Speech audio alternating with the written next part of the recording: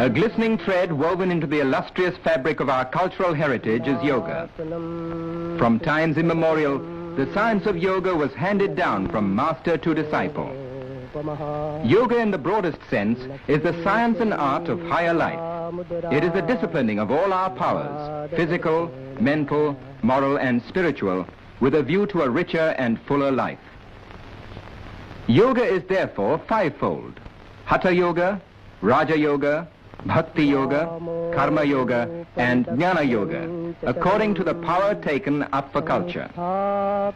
Here, however, we begin with examples of Hatha Yoga. Originally, some of the secrets of yoga were inscribed on leaves of palm. But with the perfection of printing, a vast literature on yoga came into being, and even the other nations of the world betook freely through their own tongues of its deep wisdom. Unfortunately, though, many still exploit the fair name of yoga. Eating glass is spectacular, and because of its unusualness readily passes as yoga.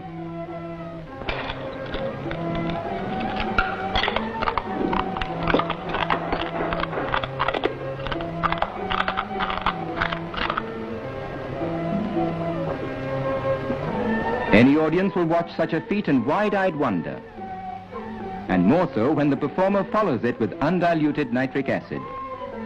But these exploits aren't yoga. Ah, here's a Swami who is always ready to serve suffering humanity. The secret lies in the talisman. Such earnest meditation means time, and time means money in any language, more so in this Swami's.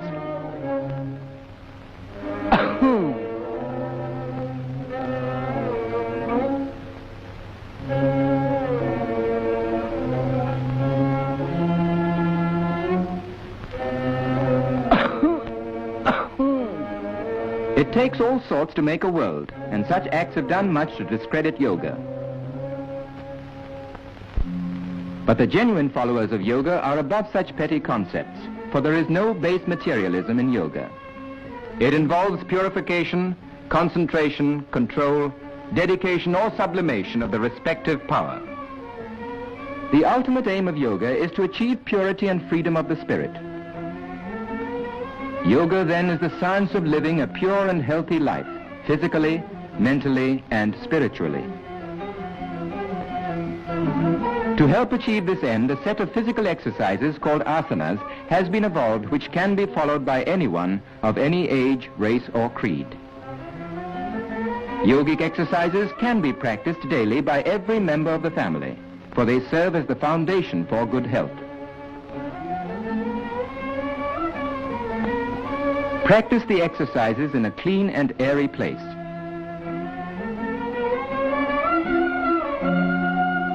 It's never too young to learn or to benefit from yoga.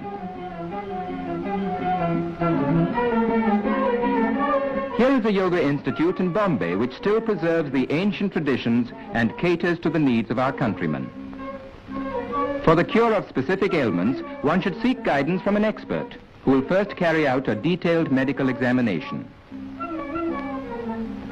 Yogic asanas are divided into two principal groups, meditative and cultural.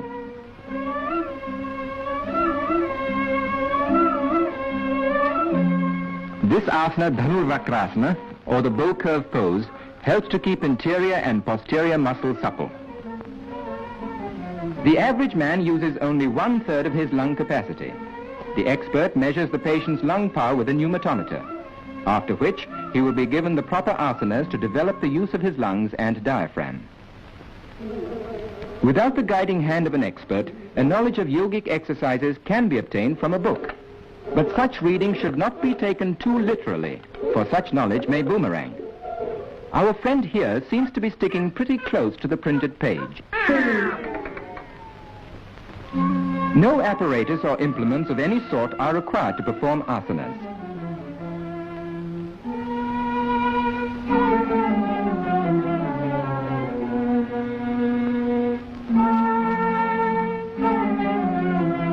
Unlike physical culture in the Western style, the accent on asanas is not to develop muscles for the sake of muscles alone.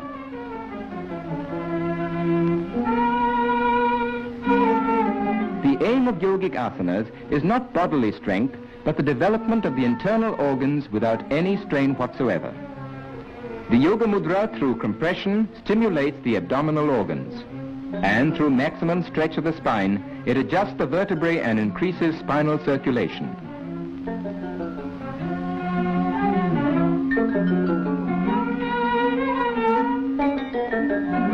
For promoting elasticity of the body, there is no better exercise than Paschimotthana, the posterior stretching pose. This asana, known as Sarvangasana, or the all-body pose, by rapid interchange of blood through gravity and replacement of the abdominal and pelvic organs, helps to combat gastric troubles and constipation. The novice can learn to adopt this position by degrees. If travel broadens one, this man must have been around the world. But the right asanas will take a lot off his mind and other places.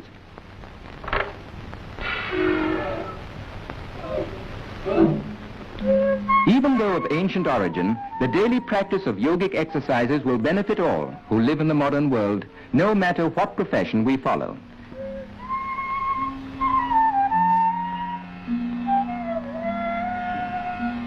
Our friend is still wrapped up in his book and in his asana.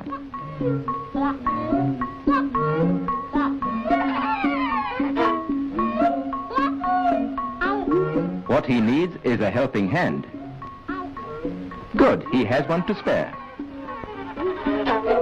Shirsasana, or the head-low posture, commonly called the topsy-turvy pose, is a form of head-low exercise that requires great skill and execution.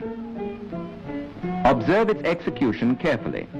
It is, however, an asana that is extremely beneficial to persons suffering from constipation. The Shirshasana must be practiced in moderation by stages, first a few seconds and then gradually increased to 5 minutes. It improves the general circulation, especially in the head, and relieves pressure on the distended or compressed internal organs. It is good for the brain and improves the memory. It is also supposed to prevent gray hair. The beneficial effects of yoga are also enjoyed by our women. Here's the Bhujangasana, or the famous cobra pose, specially suitable for women in the exercising of the spine and abdomen and for toning up the pelvic muscles. Viparita Karni, or reverse process, tones up the pelvic organs.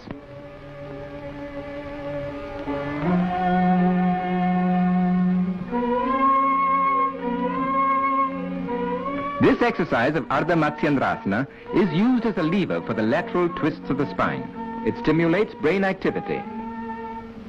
Such is the success of yoga in the West that a famous ballet school in Europe has adopted many of the asanas as a part of its curriculum.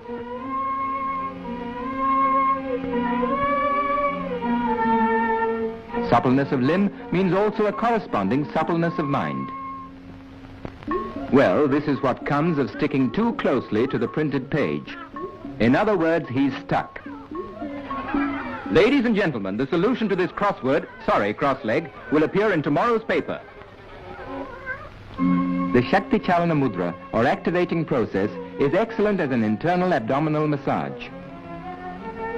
By increased inhalation through yoga, the number of breaths per minute is decreased, which makes for longevity and calmness of mind, for the brain vibrates with every respiration.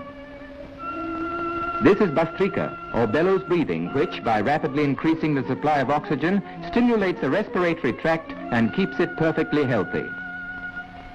The aim of yoga is not only bodily strength, but health, stamina, and efficiency of mind, qualities that we all need at work or play in everyday life. Students of yoga attain these qualities no matter how old they are or what they do. With physical and mental good health thus acquired, man can, with further training in yoga, attain the sublimity and freedom of his soul. And when he finally becomes one with the infinite, he enters the realm of eternal peace, which is and always will be the supreme aim of man.